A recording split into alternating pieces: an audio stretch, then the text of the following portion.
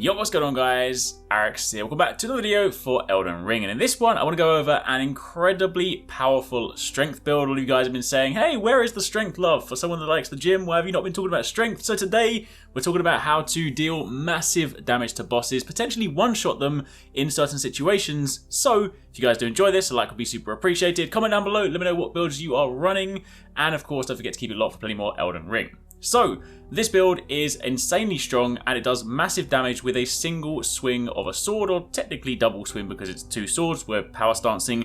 Basically though, it's a single swing, and this can compete with magic and bleed builds when it comes to insane damage. But it does have a bit of a setup, but again, the payoff is well worth it. For this, you are going to need the Guts Greatsword. This one here, of course. This Greatsword is probably one of the best strength weapons in the game, and it is incredibly easy to get. You go over to Caelid, you fast travel to the Caelid Ruins, and as soon as you spawn in, you head towards the caravan, you jump on the back of the caravan and you open the chest and you get the Greatsword. Super easy. It is worth noting, ideally for this build, you want two of these, so that will of course require trading with a friend. You can go into a game with them and you can have them use the leave it option and basically drop it on the floor and you can grab it, but I appreciate that is a barrier to entry, so if you don't have that, what you can also do is use Prelate's Inferno Crozier and the Giant Crusher, as you can get both of those and they will also be incredibly effective in this situation. But I like the double Guts Greatswords. Additionally, you're then going to want a Finger Seal. Of course, a seal is necessary for casting incantations, and we'll need one of those for the buffs. And you can get a Finger Seal from the Husk Maidens in Round Table Hold for 800 runes. It is worth noting, if you want something that scales with strength, you can get the CLAWMARK seal, which of course we've also done a video on the channel. I'll put that down below.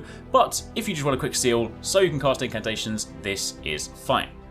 Now, when it comes to the buffs, there are three major buffs that we can use for this build, but we're only going for two here because strength builds typically have limited mana and faith stats, and this is more than enough for meaty damage. But the three buffs come from the Ash of War, Royal Knight's Resolve, the Flame, Grant Me Strength, and Golden Vow. Royal Knight's Resolve, of course, will increase the damage of the player's next swing by 80%.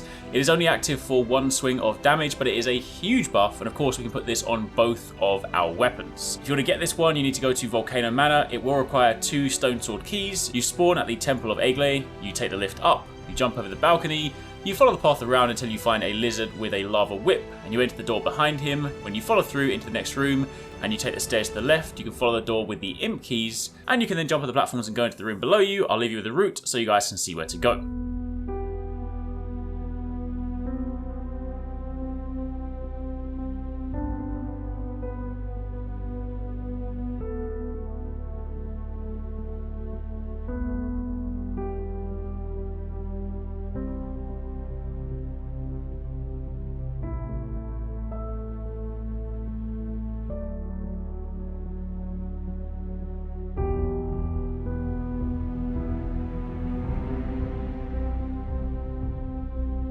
Once you have this will of course need to be duplicated at Round Table Hold, so it can be applied to both Greatswords or whatever weapons you choose to use.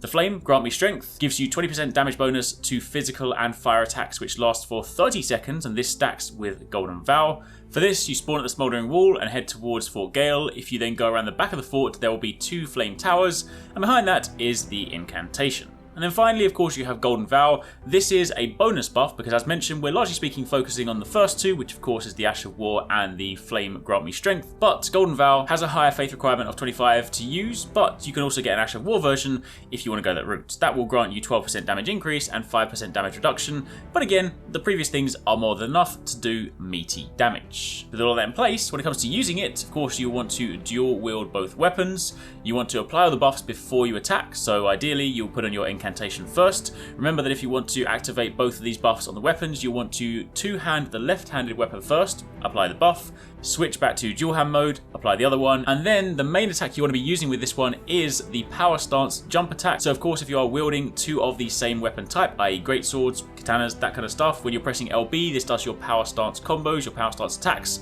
So you simply run in with your buff blades and you press LB or L1, whatever controller you're using, and you watch as huge chunks of life are ripped from the enemy. And of course always try where you can to reapply the buffs between attacks because they are so incredibly quick to apply. It's not like some of the longer ones that take a lot of setup.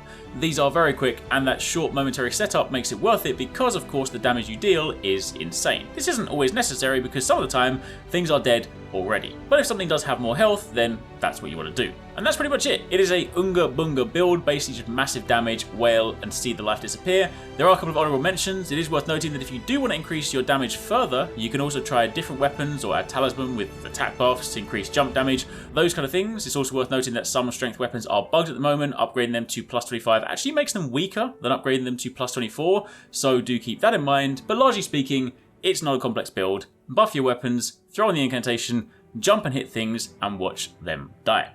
So, hopefully you guys found that helpful. Any more questions, let us know in the comments down below. And be sure to keep it locked for plenty more Elden Ring. If you haven't caught our latest upload, be sure to check out this video.